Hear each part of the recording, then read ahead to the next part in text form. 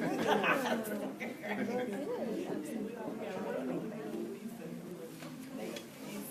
we come back, Vera and I, well, actually Vera, remember that we had some School City Pride previous presentation. So we've got two questions. The first person to answer each one of them get one of these lovely School City backpacks. Carry your stuff in. You go everywhere in your e-bags. So what does PRA stand for? Raise your hand. Raise your hand. PRA. Just talk about. Yes, ma'am. I'm trying to think what yours stands for. Personalized review assignment. Congratulations. And the next question for our next bag, what color is the teacher site? Yes, Blue. do we have a third? Do we have another one?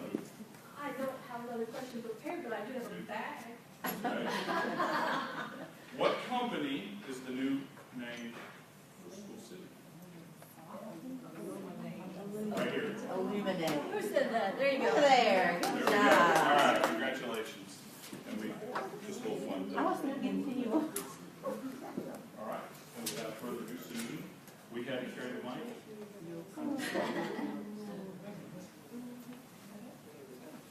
Were you going to have this answer? Yep. There we go. Okay. There we go.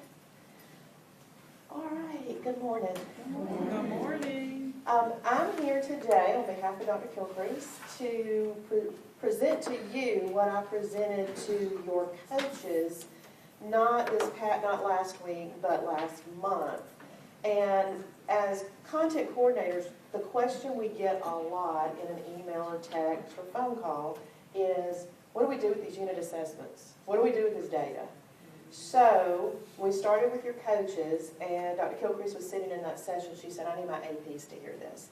So that's what you're hearing today and what we're working through. So you're going to hear me talk to you about you in your role, but also talk to you about how you can support your coach in your school and how you can support your teacher. So, and I'm piggybacking right off of that School City presentation that they've done, because that's what we're digging into. That's where our unit assessments are. Even the social studies, we're working towards getting those towards School City, so everything's right there in one place for you. Did you turn the camera back on? Can we turn the heater back Did you on? turn the camera back on? And the We heater. did, camera, yes. I have no problem with Okay. turning the heater back on. My toes are cold. Control that. Okay, so let's just talk about who we are and where we are. So we know that our vision is each student will demonstrate strength of character and be college or career ready. And what we're working on today, our focus right here today, is working on students being college or career ready. How are we going to help teachers to help students do that? And then our mission, we're developing a highly trained staff. So I talked to you about the fact that your coaches have gone through this training, and we want you to have this training so that you can help support them and the teachers. I live here. So when Dr. Jones' focus was here, I live right here. I'm already here. This is the conversation I have with math teachers all the time about having your experiences, beliefs, actions, and results. So I was happy that that's our focus now, and we'll talk to you a little bit more about it in just a minute. So in our strategic map, this is where we're landing today. I'm going to talk to you about standards-based, doing standards-based classrooms. Because we say we are, but I don't know that we're there. So we've got to get stronger in this area and this process of a PLC. So that's why I told you this was going to be a collaborative time together, because we've got to build that collaboration, because it doesn't happen naturally. So we're going to be looking and focusing on those two areas right there. I really think we're looking at closing the knowing and doing gap. We know what we should do. We know that we should be looking at data, analyzing it, and doing something with it, but we got to do it. We got to make that step, that leap to doing that. And some of that work is kind of scary for teachers. So really looking at that, but it's also working on these kids being successful on the milestones. This is just a side note, but as I was pulling the slides from the coaching clinic, I thought, you know what, APs might want to know this. For math and ELA, we're going through standards revisions. I just came back last week from working with the state on revising the math standards K through 12. And so I just wanted to show you this real quick. That's what we're doing right now this year, is revising the math standards, going through that process. Yes, we just did adopt math books, but don't worry. Don't worry, those books will be just fine for what we're going to do. So we did not waste money. The professional learning and the update to the assessment. So once this is set, then assessment can do their job the following year. And then the full implementation of those math standards won't happen until 21-22. So it's not like if your teachers say, hey, they're changing those math standards, we're going to have new ones next year. No, not next year, but the following year. ELA will just follow suit right after that with their process of revising next year and do the same process. That is just a side note that I wanted you to know, because once teachers start hearing, Facebook and all places about these standards being revised, they get nervous, and they think it's going to change next year. Susan's changed all those little pacing guides, and then we've got to change them again. So we're going to have one more year with those pacing guides. This is where we are today. So what do we do with the data from the district unit assessments? And I love art. Art and math go hand in hand. And so when I saw this little picture right here, I feel like sometimes that's where we are in our brain when we get this data. Like, what in the heck do I do with it? And it's just like rolling around in our head. So when I saw that, I said, that's what my head looks like sometimes. That's what we're going to talk about today. Okay, so I was just going to bring you back to this results pyramid.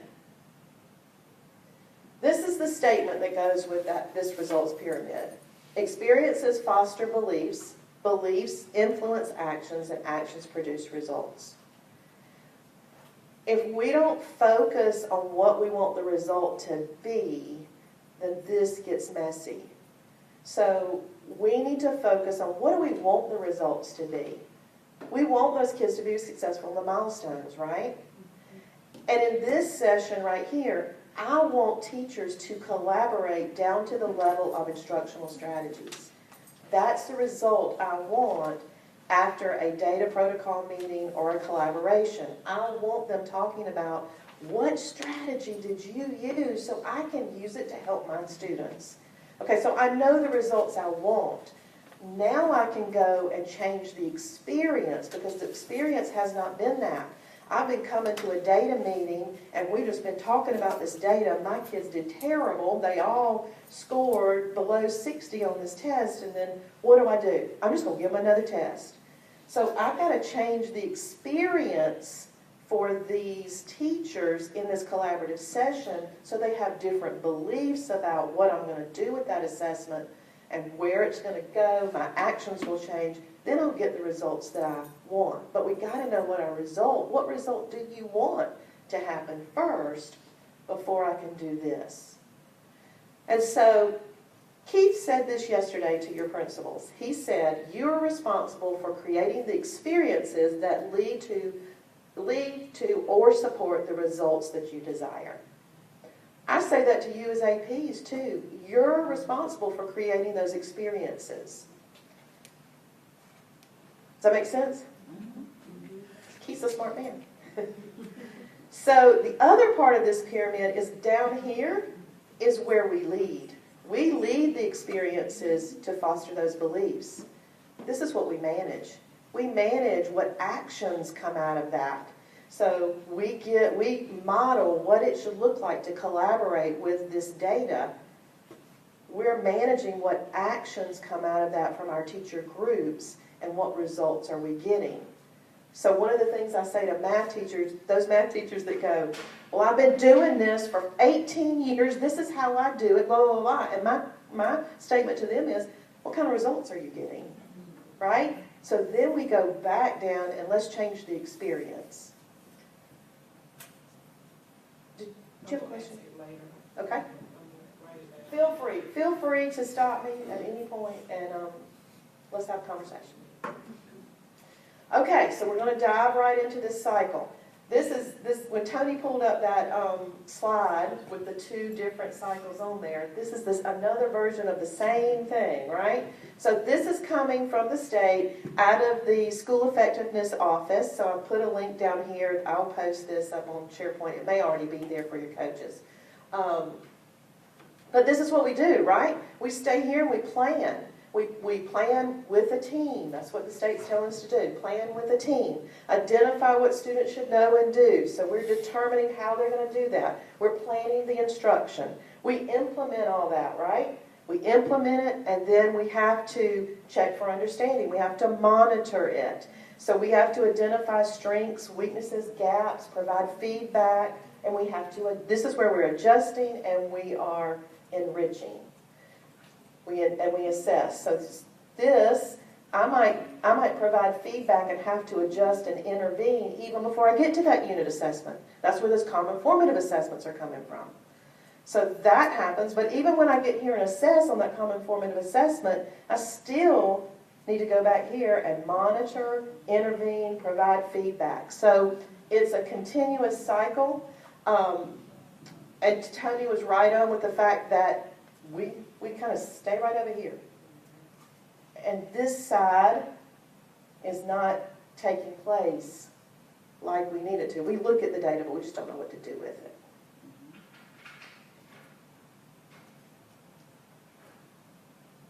I guess I need to ask my question. Ask it. Because it's kind of resonating with me right now. When you talk about beliefs and experiences, when you talk about leading teachers, they have not, teachers seem to be a little bit confused about the gap part of it. So you talk about the benchmark assessment, taking that data and, that informing your instruction.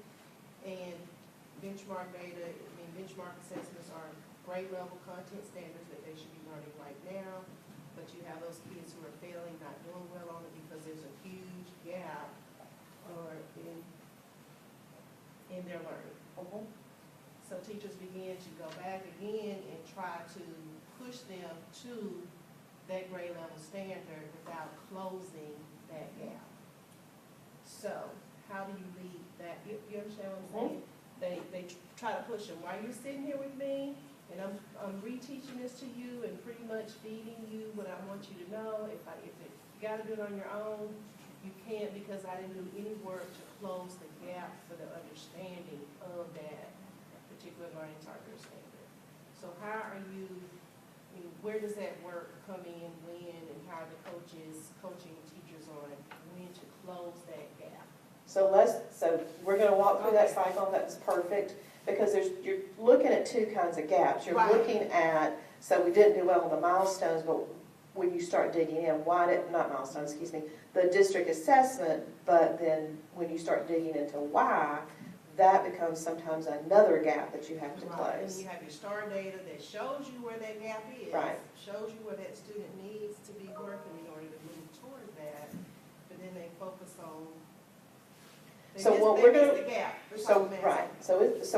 be looking at is Tier 2. So Tier 2 intervention is that on grade level instruction that needs to happen because they just haven't gotten to mastery on the standard. So Tier 3 is that remediation that needs to take place because it's not even on grade level. They don't know their basic facts and they're sitting in 6th grade. So there has to be a place for that to happen. And I think it'll come out as we do some of that work. But it's a great question. Okay.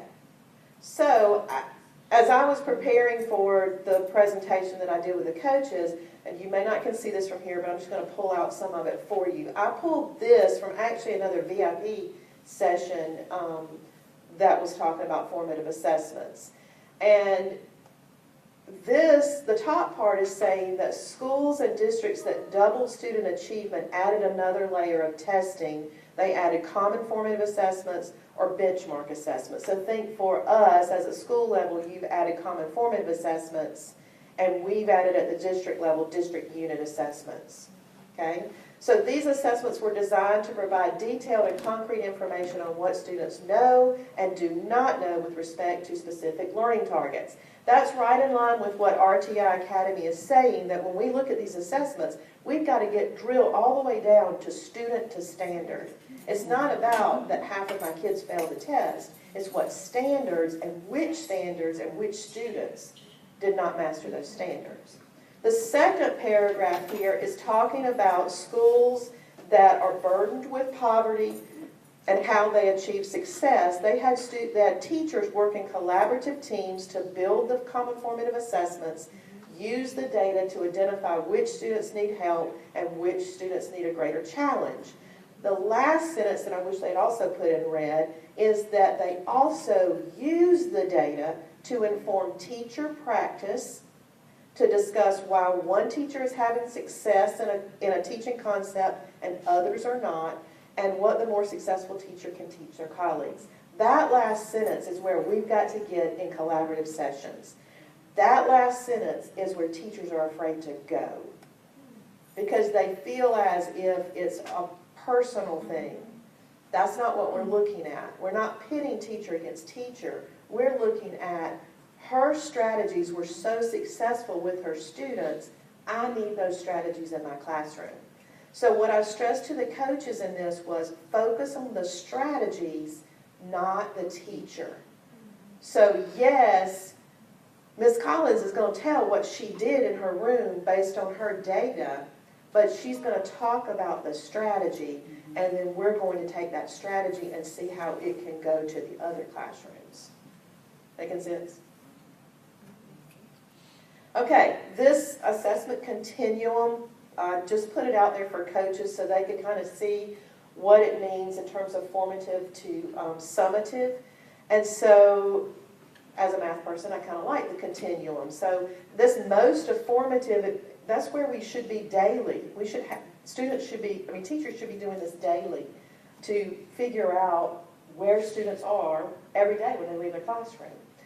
This right here is where those district unit assessments are. It says teacher created, but teachers didn't create them in our district. District created them. So it's a more formative, more summative, but it can also be formative, that's what we're going to use it for today. So how do we use district unit assessments to determine mastery of essential standards or skills? So we're at the district level with content coordinators, we are looking at those essential standards or skills that they need to move forward, or they need to give a really good foundation to be able to move forward, or those skills or essential standards that would transfer to everyday life. That's what we're looking at. So when we start looking at those assessments, I know from math, the assessments have gotten better and better as we go along to honing in on the essential standards as opposed to every little standard. Okay, so what I've given you, if everybody will take a folder and a data protocol planning document. And we're going to kind of act like a teacher for a little bit in this session. And then we're going to pull that hat off and turn around and act like our AP, or think about our coaches and how we're going to support them. As content coordinators, we started this year off with a document about collaborative planning. You saw that collaborative planning sheet that came through your school. This is also a planning sheet for data, because it's part of that collaborative planning document. And our whole focus as content coordinators was we need teachers to do prep work before they come to that meeting, as opposed to coming in and saying, okay, what are we talking about? What are we teaching? We need for them to look through those standards. We needed for them to go through, dissect, however you want to say it, those standards, pulling out what those standards mean. We needed for them to go through, look at those assessment items. We wanted them to go through and think about what strategies could I use to help teach those standards. Same thing with this document.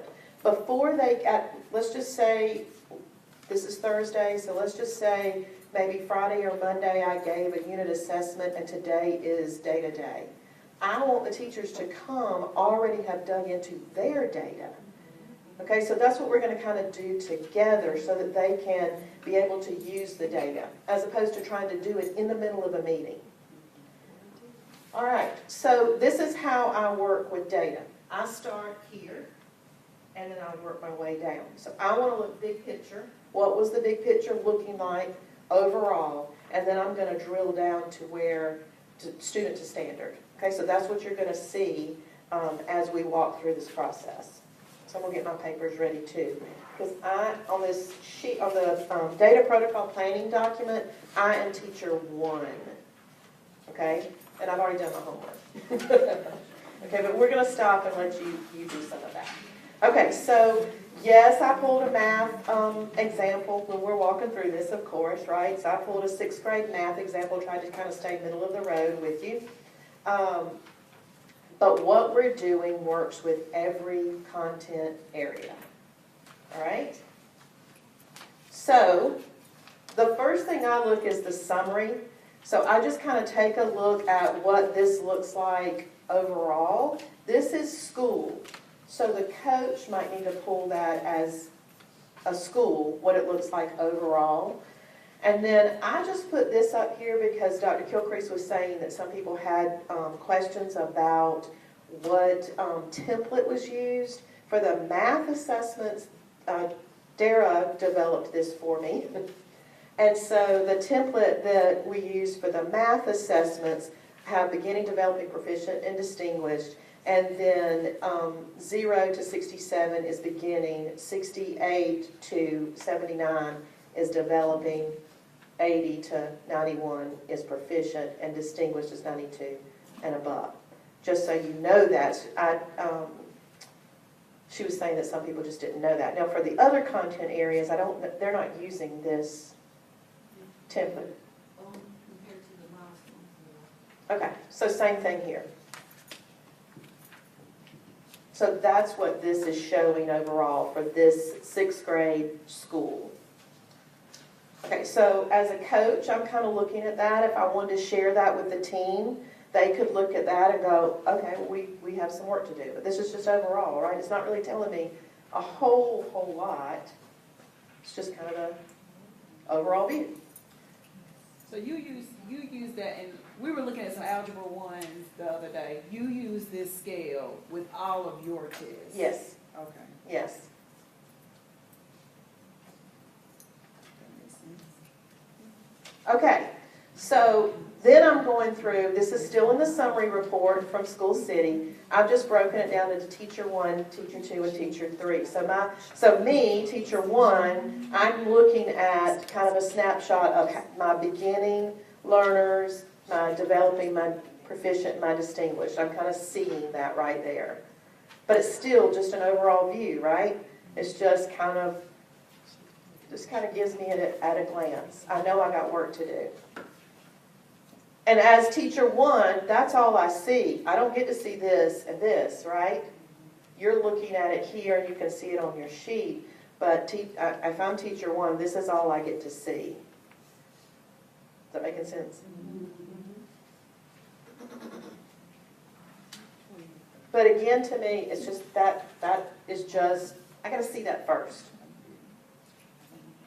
Okay, then this slide right here is still giving me a summary, but it's really breaking it down for me. So I'm teacher 1, I can see from my numbers here that I've got 72.1% of my students are in beginning. And then it also tells me how many of those students, right?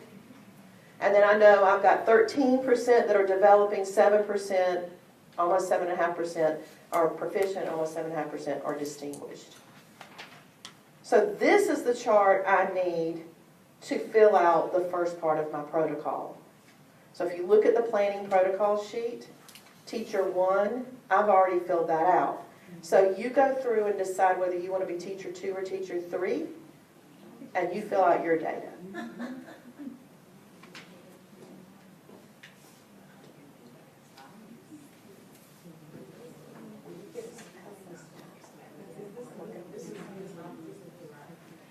This sheet right here is actually our data protocol just tweaked. It's got the same questions and things on there, it's just tweaked. Maybe not in that format. Yeah, and I will, some of you are doing some of this at your school, right? You've got a process that you're using. And hold on to that thought. I want you to think about your process as we're going through this. You should be doing the same things, but you're going to have a time to reflect and to share out in your group. Okay, so you're going to have that opportunity and then have an opportunity to share out with us.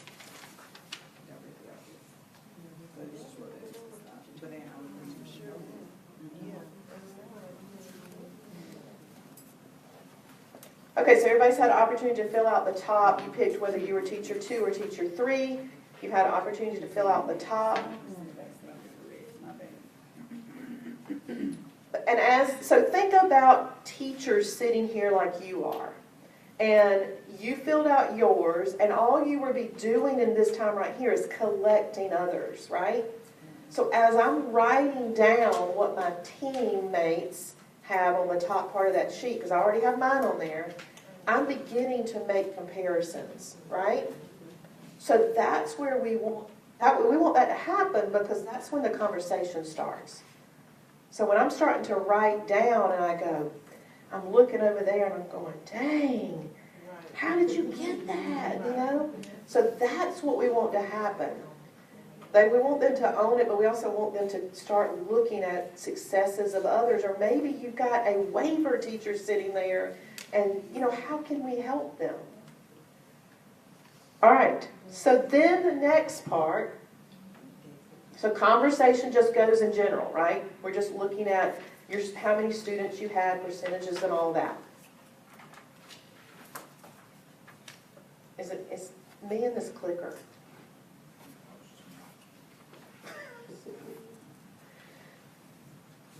Okay, so now we're getting a little bit more detail. We're going to standard.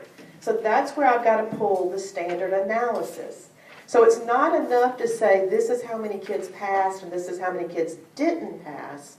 We really want to get to the standards, because a kid can make an 80 on an assessment, but if you go down to the standards, they may have gotten every single question on a particular standard wrong. Well, I need to know that. Because that's, you know, if not, then I'm going to say, oh, they made an 80. Let's put them over here. They're good to go. And I go over here and work with these kids. But I'm missing something. So we got to go to standard to student. So that's where you pull the standard analysis. Now, before you start writing stuff down on the standard analysis, you need to know something. You need to know what are the essential standards, right? Because on these particular assessments, not everything on this particular assessment was essential. So up here you can see on your sheet 2, you can see all 3. So I know immediately you're looking at who's above, what standard is above the bar, what standard is below the bar, right? So they can even have that conversation a little bit too with their own data, but you need to know which are essential. And the essential standards for this particular assessment is NS1 and NS3. So you might just want to circle those on your chart. I'm going to go back.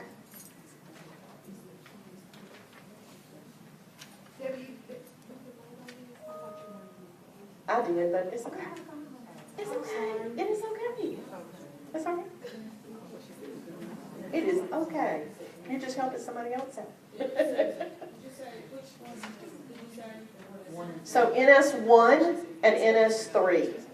So as I'm teacher 1, so I'm circling NS1 and NS3, right? And so whoever, whatever you were, teacher 2 or teacher 3, you're circling NS1 and NS3. So that means NS1 and NS3 is where my intervention tier 2 is going to happen with NS1 and NS3. This helps those teachers that think they need to assess the whole test.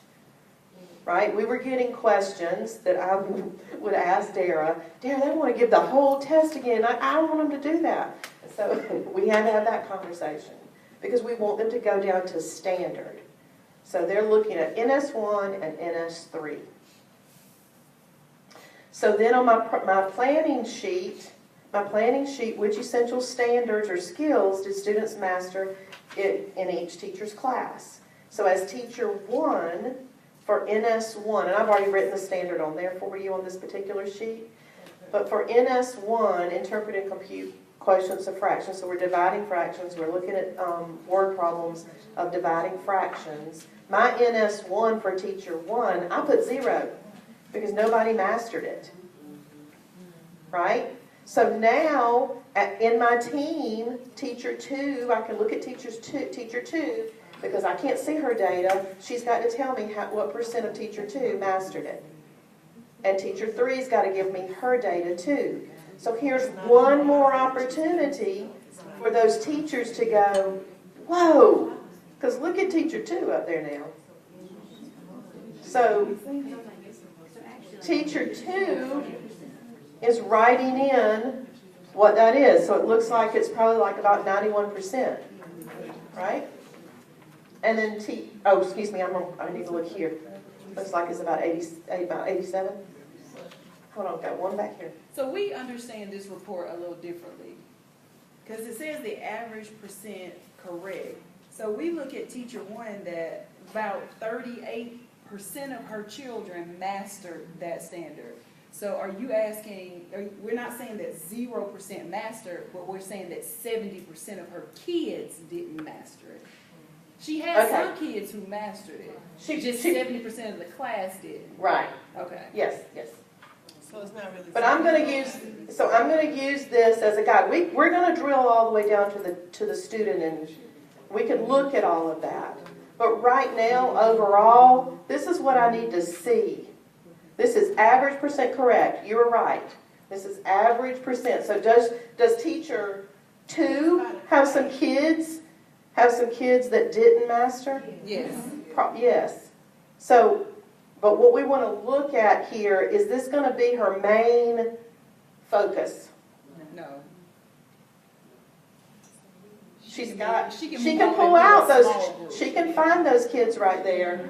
But right here, It's a whole group issue. this might need to be whole group. Does that make sense?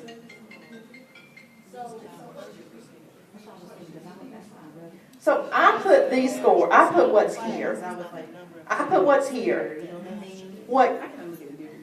What Kizzy's saying is, to get to the percent of students, you're going to have to drill down to the students. So I put this percent right here. This is the average. This is the average percent correct. For the class. Yes. The number of students who master. Yes. Yes. So now it's time to drill down and see who those students are who did not. So when we look at this as big picture, we know that teacher 1 and we know that teacher 3 needs some other strategies than what they did. And I want you to think about the purpose of what we're doing. That's where we're trying to go. Okay? So the purpose is, right now, I know that teacher 2 can probably help 1 and 3 on NS1. But then too, it depends on like what you said with their pyramid, their experience of those kids, what their experience of their foundation. And these children may have this experience in those particular. Yeah, but I want you to think of experience right now in terms of teacher. Okay.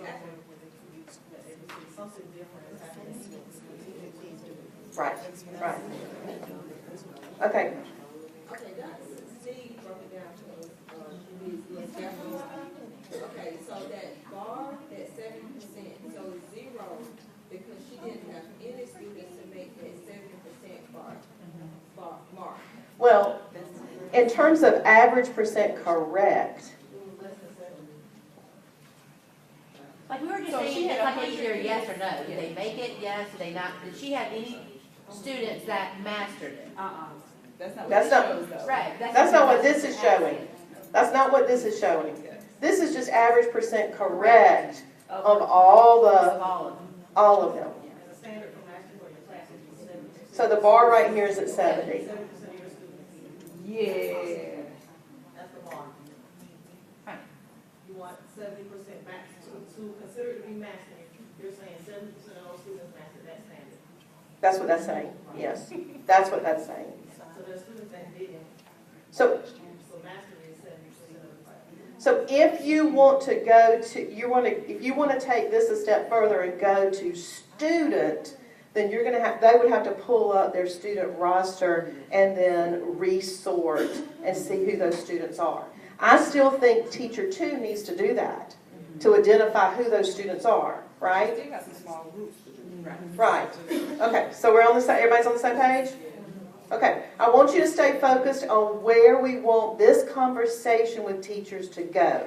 Because you can pull this data, you can go down, drill down to student, but the conversation's still going to go the same place looking at the data. We've got to get down to the instruction and the instructional strategy that is being used. Otherwise, the teacher's just going to do the same thing slower and louder, right? And then reassess. So just keep your focus on what we want this, what we want this to produce. All right, so I could fill out the top part. Then I'm looking at, was there a teacher or teachers whose students mastered the essential standard or skill? Identify the teachers, so they could go up there and highlight, right? What strategy or strategies were used to assist students in mastering the essential standard? What are the next steps that need to occur to support the teacher in the implementation? And what will be used to determine if the students have mastered it? So that's asking for a conversation right here just on NS1 on computing fractions, division of fractions, within word problems, fraction to fraction, which is different than 5th grade. So this is fraction divided by, it includes fraction divided by fraction, which they don't do in 5th grade. This is 6th grade standard. All right, I'll keep moving, okay? But you're asking awesome questions. I think I need to take a little social studies sidebar here for Adrian, so y'all tell her that I did this, okay?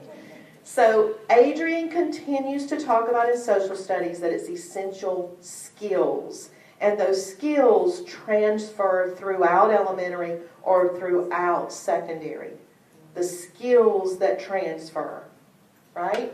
So she says it's the same as ELA. They transfer across content areas. We need to plan with the end in mind.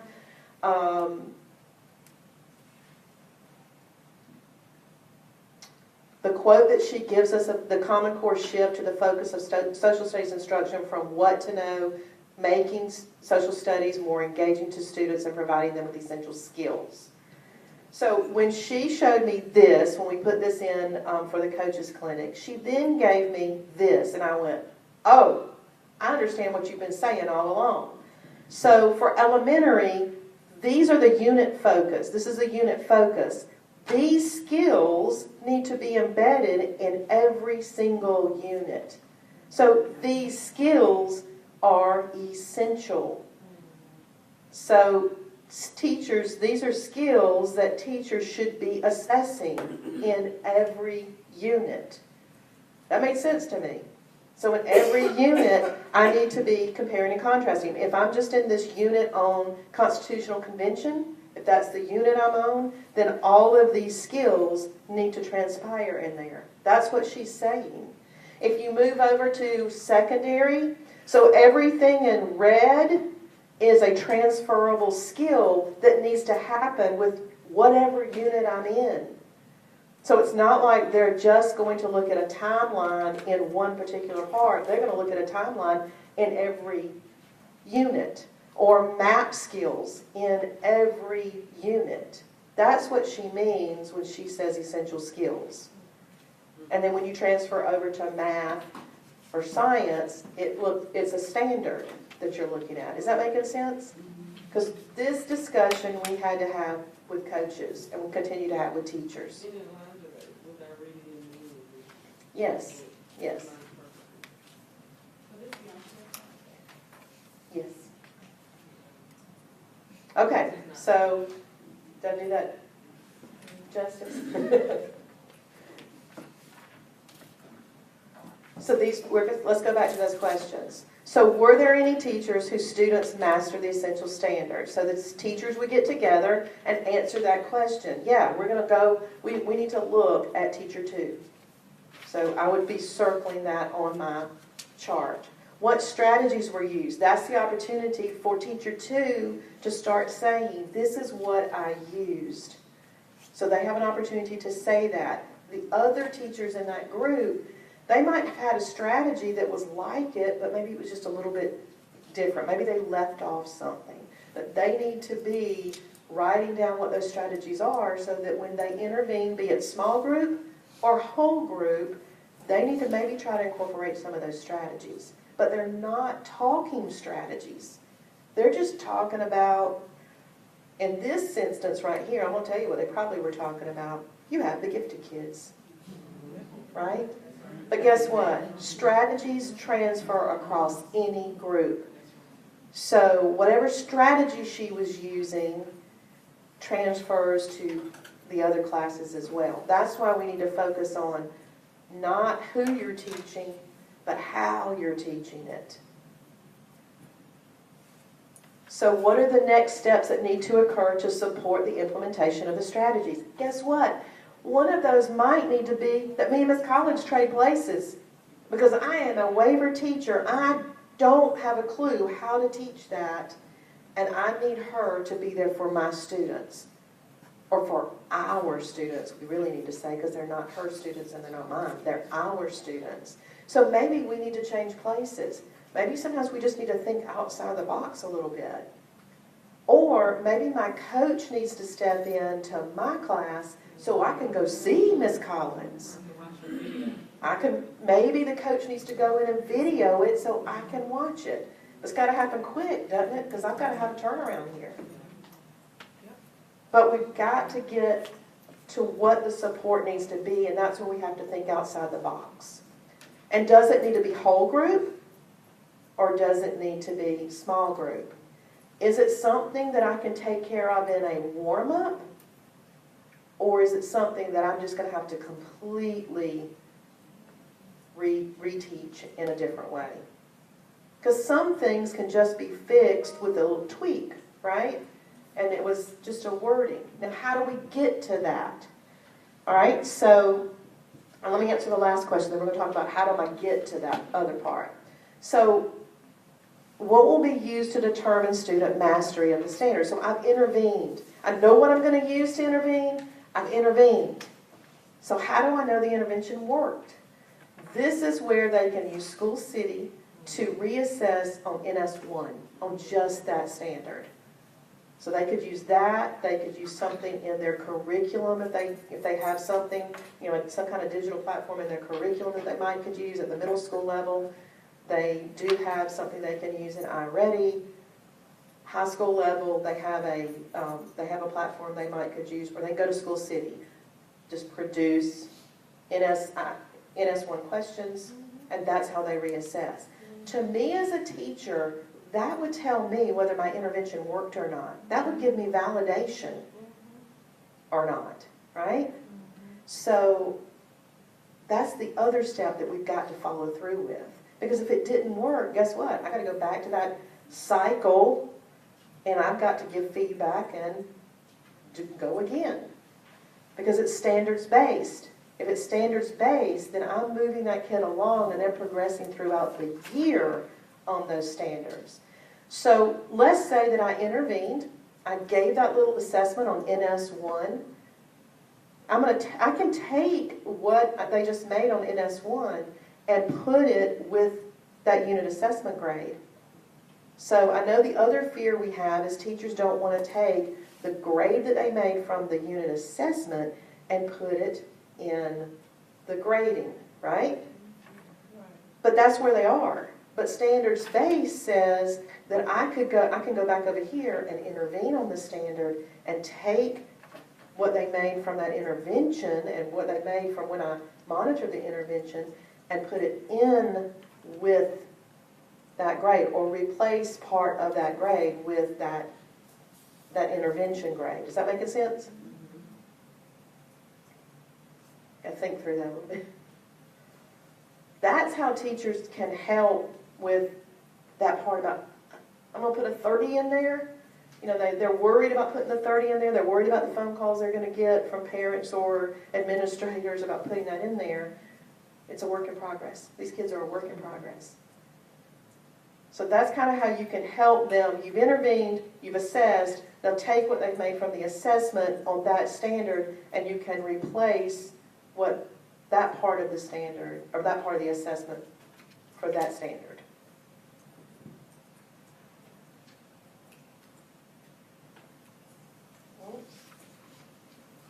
Okay, another cycle. I mean, we just keep having them.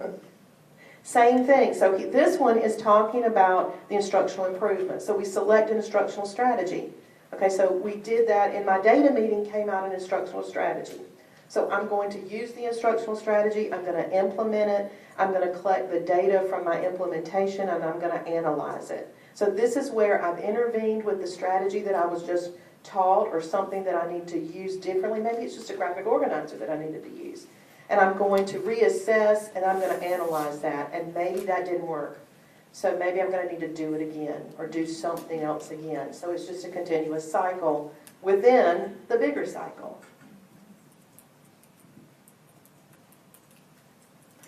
Okay, now when they start digging, so now we know a strategy that a teacher used, but what about my students? I mean, when they took this assessment, they did a lot of different kinds of things, and my kids have different kinds of needs. I need to find out what those needs are. So this is where I need to go to an item analysis. So I pull the item analysis. I've blocked off NS1 and NS3. So that's what these are. This NS3 got jumped way down here. It should have been up there. It would have been nice, but I didn't do that. So I'm focusing right here on NS1, and this is teacher 1. So I'm focusing on the questions that my students, and you've got all three of these documents for teacher 1, teacher 2, and teacher 3. So this is where teachers need to start digging a little bit deeper. So now I'm looking at the actual questions. I'm looking at how my students scored on the questions, right? Because in math, could it just be a computational error? Yeah, it could be. Or it could be something so much deeper. I've got to help my teachers get there. All right, so this is where I can start having the discussion here among the different questions. So all of this is NS1. I'm looking at my percentages. Teacher 2 is looking at their percentages, average percent correct for NS1. And teacher 3 is looking at theirs. This conversation would be, y'all, I think we need to look at question number blah, blah, blah. Right? And so we go and look at that question. Now, if they've looked at it before, if they've used the assessment during the collaborative planning process, they've already seen these items. So hopefully they've already picked out vocabulary, things like that ahead of time. But I'll tell you, we still have some teachers that aren't looking at these assessments beforehand because they don't pick up on something until right when the kid takes it. But if they are, they would have already, like that vocabulary part, they would have already taken care of that part. So when the conversation would be, which items should we look at in NS1? 10, 11, 12, or 13. Where do we need to go most? Because we don't have a whole lot of time during this data meeting, right? So where do we need to go? I would say whichever one the most missed. So that's their conversation, right? So for NS1, I just pulled up 10, 11, and 13.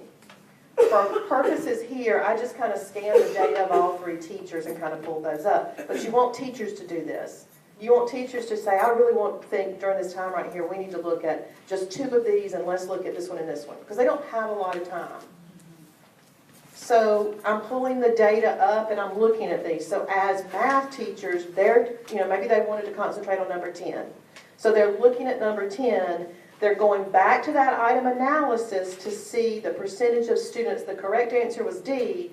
What did they mark? Because that's going to help me know whether it's computational or they just don't understand. Right? So I'm going back, and for me, teacher 1, number 10, 35% of mine marked B, where 32% marked the correct answer. So I probably need to hone in on why they marked B. And so teacher 2 would do the same kind of thing on number 10. If you notice on teacher 2, okay, that's not a 50, that's a 5.5, isn't it? Sorry, I don't have those glasses on. And then if you look at teacher 3, look at teacher 3. 43% of her students marked A, or he. This could be a he or she, teacher 3. So that's a lot. So then they need to start having the discussions of why. And we're not going into the math why right there, but that's the discussion they need to have as math teachers, or if this was a social studies question, is getting deep into why did they mark that. What do you think the next question is? Whoever. Say it again. Who? My sight is not good, but my hearing is great. Who? Said it really soft. Who? Yes. We got to go to who. Who are those kids that marked that? So now that's the part that I didn't screenshot because that gets down into looking at student names, right? So that's where the teacher needs to go to that set of data, sort the kids based on the standard, sort the kids and look at his or her students that got none of 0% right. And then they need to go all the way down to this question and find out which kids marked A, which kids marked B. Because if they marked B, that's a different problem than if they marked A. So they need to identify, and hopefully they've done this beforehand. If they've done this on the collaborative planning sheet, they already know that if kids marked A, they've just done some addition or something like that. They can figure, if they go and do this prep before they teach, they can already figure out what those misconceptions are. But they have to do that beforehand. So at this point, now I've got to figure out, okay, these kids over here, it is just about computation. They just missed a little piece right here. I can shore that up really quick. But this group back here that I know, they're going to need some extensive work. I've got to pull out some models with them because that's what the standard said, and I didn't pull out models the first time. So I need to pull out some models with them and really show them how they're going to work through these division problems. So they've got to get down granular. That's where you've gone student to standard. But they can do that. They don't have to do that in the group. Because what they need to glean from this group is strategies. They can figure out who those students are, but I need to pull strategies. If I'm a wafer teacher, I need you to tell me something you did. I can go figure out who those students are. So we need to help our coaches help the teachers get down, because they go off on all these little side roads, right? They're over here talking about, well, he didn't get it because he wasn't. It's not about he didn't listen. Let's pull him back. Let's just talk about what strategy can we use to help him. But they go all over here, and then they say, I don't have enough time. Because that's why you went all over here. I need you to stay here, right? That's where your coach comes in. That's where if you're sitting in that meeting, that's where you come in. Strategy. We need to know when we leave here what strategy. Then the bottom part of this sheet right here is really just talking about who needed more time. They're always telling me, well, so-and-so would have done better if they had more time, right? Who needs more time? Who really needs support? And those kids that have got it, what can I do to help to enrich them? Maybe it becomes a performance task that they could use where there's multi-layers. But we've got to not just give them more of the same thing. We've got to give them something to enrich and to use this at a different level.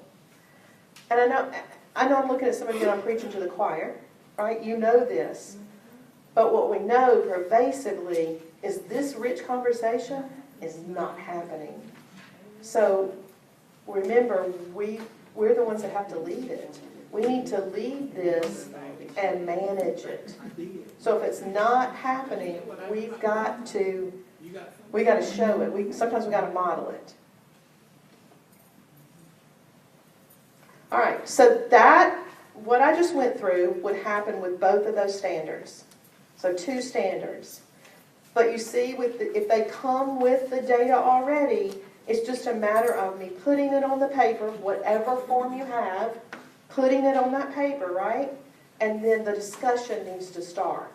And let's just say we all put it on the paper, and everybody's just sitting there, and you happen to walk into that collaborative plan, that data meeting, and everybody goes, we got it on the paper, and we're just sitting there. So you've got to, just start with some questions. What do you see? What do you notice? Just start. What if the coach is sitting, your coach is sitting there, because some of you have brand new coaches, and the coach is just sitting there, and you walk in and they go, yeah, we put it on paper. And we're just sitting there, right? So then the coach needs some coaching. So start with just questions of what do you see? What do you notice?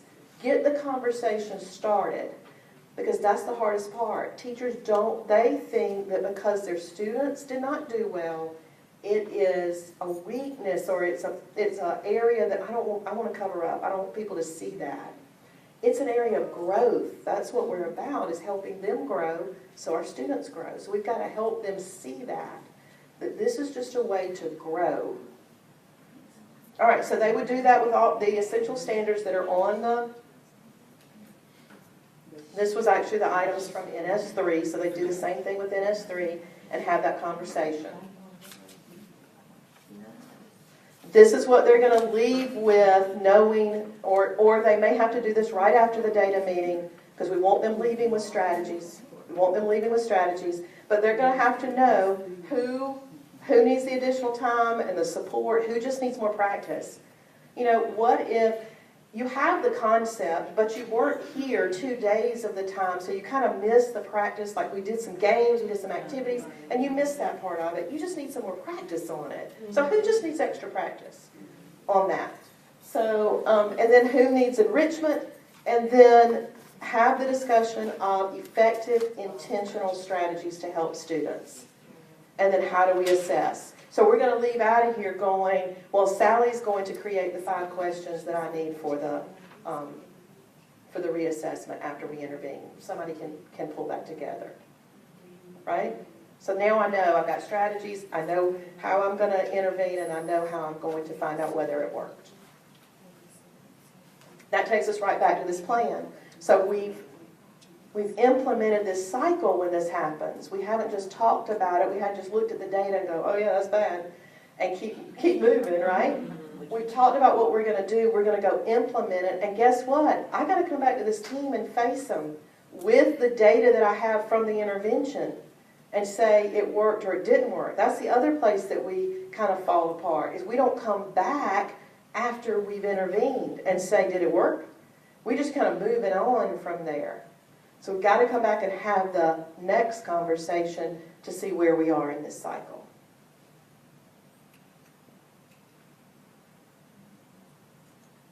What do you see? Trash. You see trash. Oh, the kids in the background sitting there. Somebody drinking some wine. But what you see first? Trash. Trash. And that's what happens when we look at data. We go, oh my gosh, look at all the red, right? Or my kids didn't do well. But then when we start digging, you see something pretty cool and beautiful in the back, right? So then when I start digging, I pull out something really cool. You know what? Johnny over here that hadn't done well on anything, look at that standard. We worked really hard on NS1 and he blew it out of the water.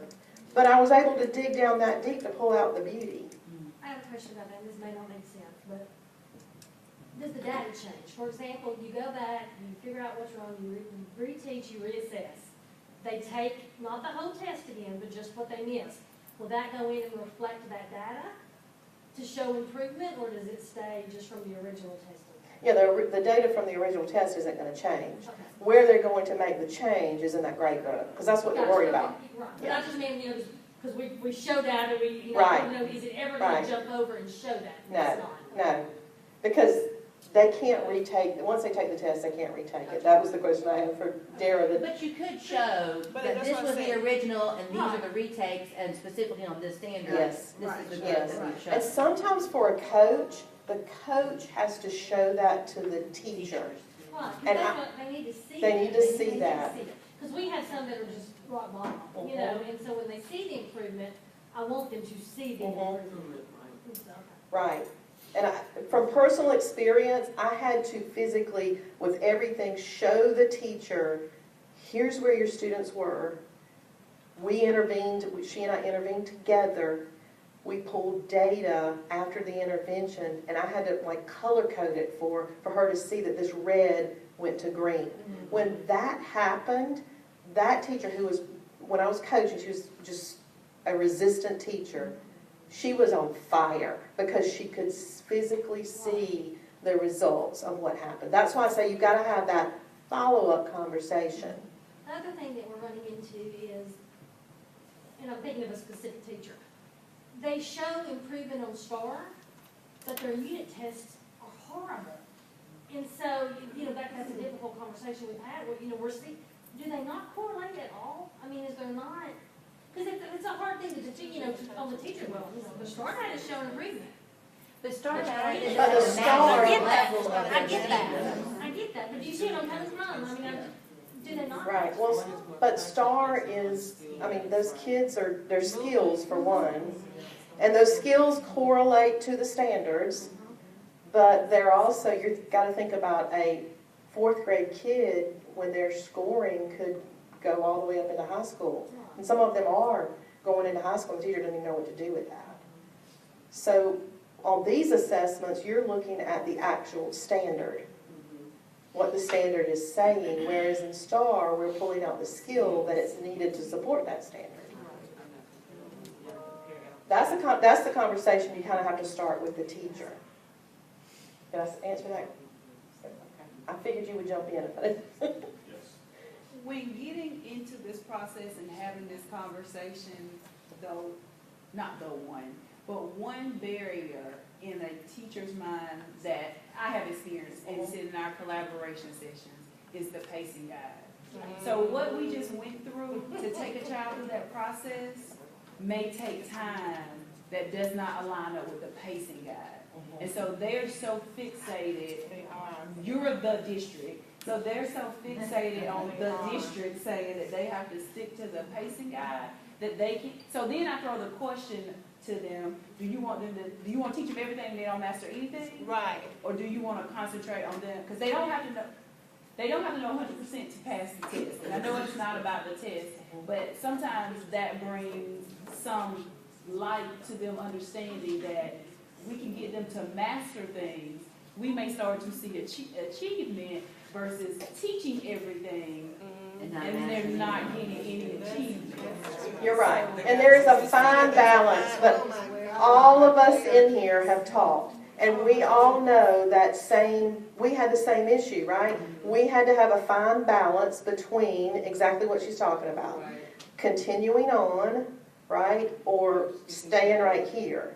What I see in a teacher's mind is when they have that statement, first of all, it's a guide, because if we didn't put the guide out there, they would stay right here. Whatever we taught in August, they would stay right there today, right? So it's a guide. But what I see is when they have that conversation, they're thinking, oh my gosh, I've got to shut down the entire class and reteach this entire thing, as opposed to thinking, oh, in the work session, I really just need to corral these right here and kind of just, I need to just say some more, do some more with them and keep it moving. What happened today with that teacher that's the strongest one collects the ones that still didn't have it and they do the rest of the other things with them? Right, thinking, This is the one that's stronger. thinking outside the box. And that's where the collaboration is going to come in. So one teacher that's really strong in your group says, you know what, let me pull all those kids together. And I've got it. Teacher at the same time. And it's thinking outside the box in terms of scheduling. And that's what I'm saying, 'cause that's easy at levels where everybody's teaching the The same elementary thing. is really a lot easier. I don't mean easy, because everybody has their plight. Their schedule, but I'm saying their schedule. But the schedule fits that. Their schedule. Yeah, but I might not have two Algebra 1 teachers teach Algebra 1 at the same time to flop kids. It boils down to analysis by paralysis or inaction by paralysis. So it's better that you, in your conversation, because as a coach and school level, you've got to have plans. That's why we have enrichment periods to do this type of stuff. If they can't figure out how to do it, but it's got to require some communication. The pacing guides are important, not just because they're a guide, but we have such a fluid constituency that we've got to make sure that these students are still getting the required standards taught before, and I know the test is not all, but here's what happens. You call me and say, we just got this student from this school, and they're still in August to standards. And they're not, what happened to September, October, November, and December? And it happens every day. So we've got to use that guide, but we also, as Susan just said, we've got to be creative. And that's how School City can help us. When you sit down in those planning meetings, come up with these creative ideas and give them a try. The worst thing we can do is just throw our hands up and say, no, that's the data, you get the garbage. Here's a for instance, I just thought, since Kinsey brought it up, I was just thinking about proximity of some of your teachers. So I'm next door to an Algebra 1 teacher, but I teach Algebra 2. Well, what's to say that during and I'm a pretty good teacher, so what's to say during my work session that I just don't pull your 5 students over here and just kind of shore some things up with them and pull them back? That's a possibility. So we got to think outside the box. In some places, in some high schools or middle schools, we have like an ILT time. That's when you get creative and pull kids in places. But just brainstorm with your team how we can think outside the box to do this, as opposed to saying, you know what, you don't teach Algebra 1 the same time I do, so it's not going to work, so I'm going to still let you over here on my own. Kind of rethink what that looks like.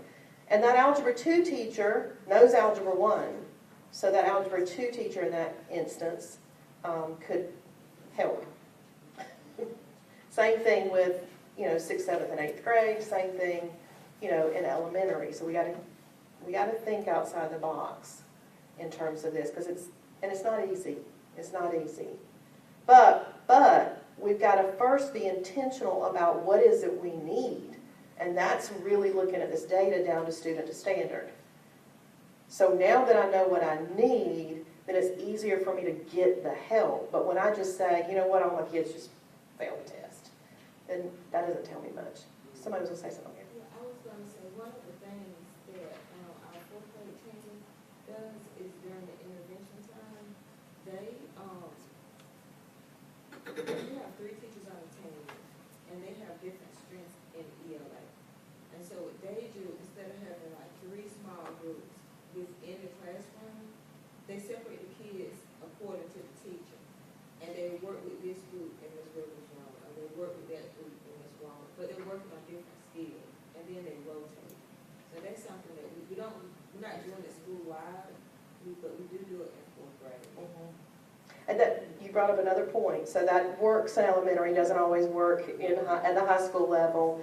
But if you figure out something that you want to try with a small, with one set of teachers, like what I was talking about. Just try it and see how that works before you go school-wide, because your coach is going to be involved in that as well. It's great conversation, because this is messy work, right? It's messy work, and we have to keep, and it's hard work. This is hard work. But remember, what we need to happen is the conversation.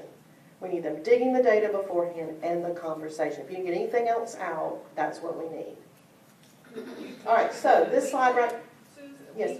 weekly, or just after the benchmarks? no, I'm not going to say what I think.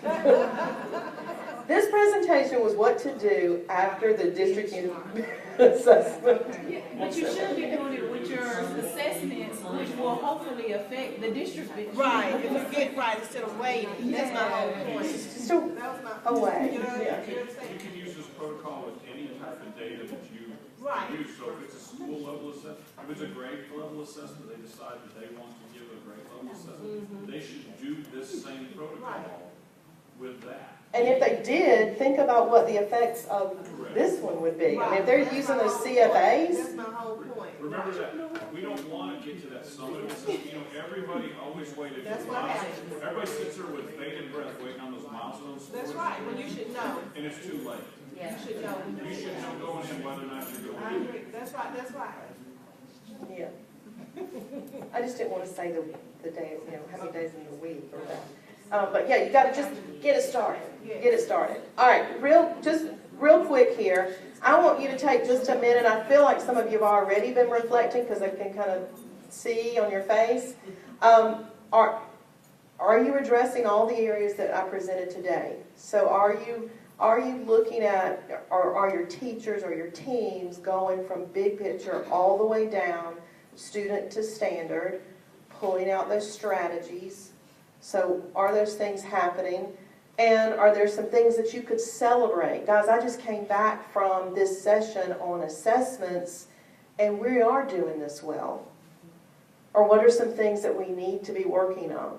And then think about what would be my next steps. What are my next conversations that I might need to have with my coach? Your coach has gone through this process. So, hey, talk to me about that session you had about what to do with the district unit assessments. What can we do together as a team to really make sure those conversations are happening? So what are your next steps? So if you'll just take just a few minutes and then just kind of maybe share at your table, because some of y'all are doing great things. Share at your table some things you're doing, and then I want us to kind of maybe share out some things. So take just a few minutes to do that.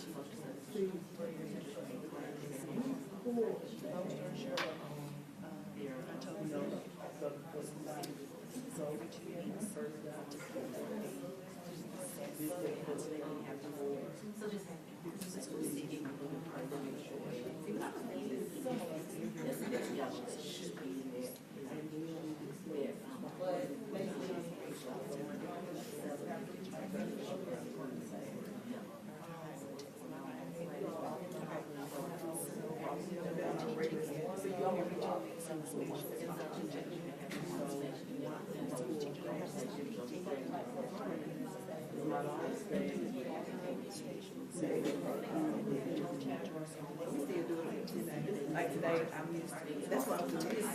It's science, they want me to look, and so I've been, actually co-teaching with my 9th grade. And so I was looking at the test and I pulled up my kids' grade. That's what made me ask that question, because I was looking at which ones they responded to, how many got each one correct, to see what stuff we needed to attack whole group and what we needed to attack. So, stuff, prevents, and administrative in the session. And then the conversation is a little more, we really are there, we know that, but it's scheduled. Right. So our rotation, they take the 9.1, we have day-to-day IoT. So every 10 days, they should be having a data conversation, because you have to have your data conversation in order to determine the IoT. So, we have the structure, we just have to work on the effectiveness of the structure.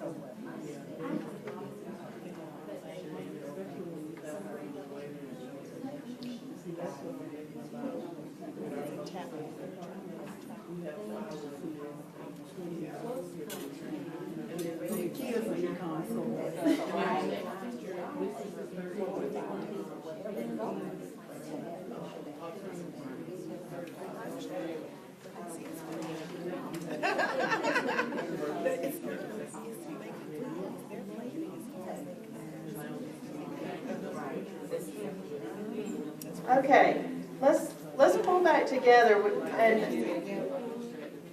I know y'all are having great conversations. Because I think some of you had some ahas and some thoughts about what you are doing and what, some different things. So would anybody like to share ahas, or I heard some of you say, I think my next step is this. You want to share some of those things out? What I do, we just talk about, we have two protocols, one for unit assessment and one for CFA, every CFA every 2 weeks.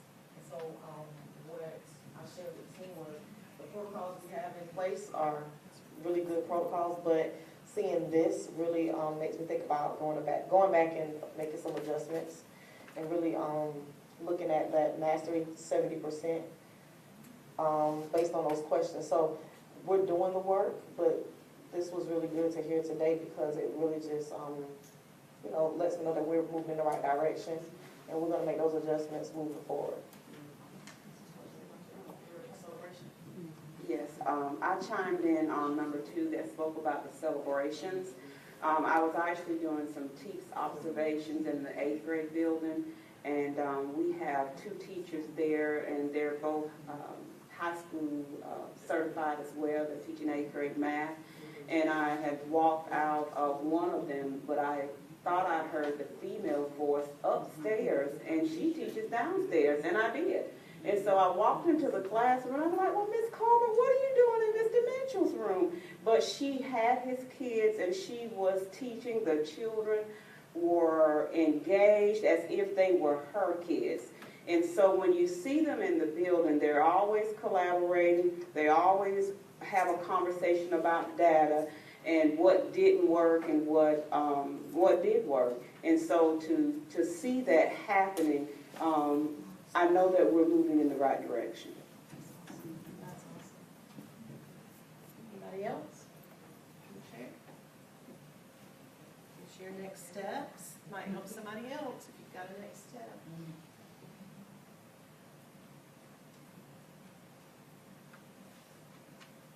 Okay, well, please support your coach, because what I heard was, as an administrator, stuff happens. right? You don't have time to get into all these meetings. So support your coach. Really help your coach get in there and let the conversation happen. Who's supposed to be having the conversation? Teachers. The teachers, yeah. So sometimes you have to coach the coach, because the coach sometimes wants to take over the conversation, right? So that's why we thought it was important for you to hear this and hear what they heard, so that they just have a layer of support. Sometimes, I was a coach. Sometimes I felt like I was just kind of left out there and didn't feel supported all the time. So that's why we added this layer of support for them. So I appreciate your time this morning, digging in this together. And, oh, I know what I was going to mention. That PRA, I forgot, what's the first one? Personalized review assignments. That would be a next step and another layer. Now, I have not looked into that. That was my aha this morning from Dara. But looking into that for intervention, but also for RTI. So that might be something to investigate and look at the resources that could be used for Tier 2 intervention, or it could be for Tier 3 intervention. The other thing, going back to what Jill said earlier, that those underlying Tier 3, the remedial skills, those should come out in this conversation. And sometimes that has to happen in an ILT setting, an intervention setting, or it has to happen in a small group. That I know I still have 6th grade kids that don't know their multiplication facts, so I'm going to have to do a little Tier 3 here with that type of intervention. So that's where that would come in. Well, I thank you. I know Tony and Dara, thank you. We've enjoyed our time here. Maybe we'll get invited back. I don't know. Thank y'all. All right, materials keepers, get my folders, put them back on my table. You can have the planning sheet. You can have the planning document. It's already up, I think, on SharePoint.